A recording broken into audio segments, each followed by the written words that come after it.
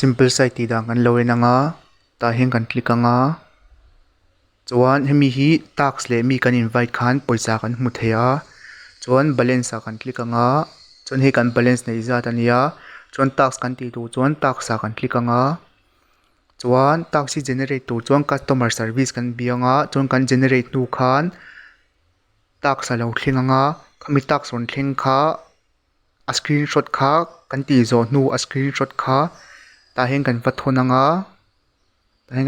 anga chuan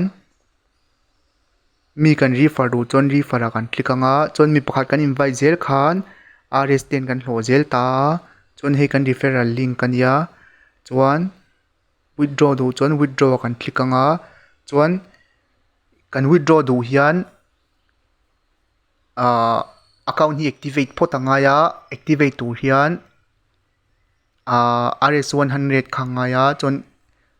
khami englo cheng za khan kan activate anga chuan kan activate nu khan kan withdraw thei chia chuan ta hina ti dan awma chuan bank atanga ta hina withdraw dan tur awma ta hian chuan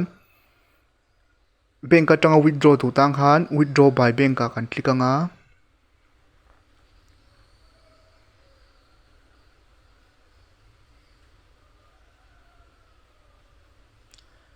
chuan kan bank account number ta hian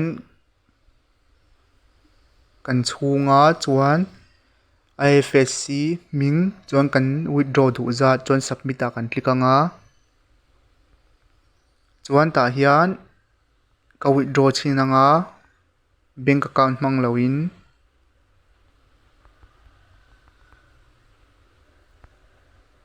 chuan withdraw kan click anga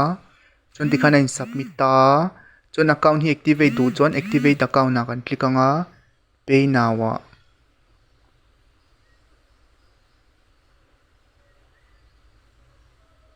a thei lowa chuan a thei lo chuan or pay manually a hian ka heta kan wallet gpay mo paytm a khan kan lut anga chuan hemi bank account number a hian cheng za kha kan va thon anga chuan khami kan thon na receipt kha a screenshot kha ta hian kan va thon lenga ta hian chuan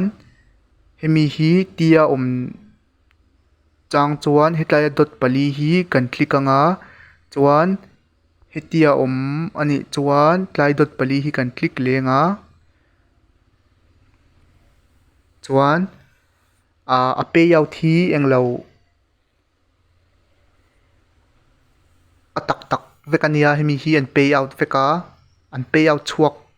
veka chuan ti ve ngei chi ni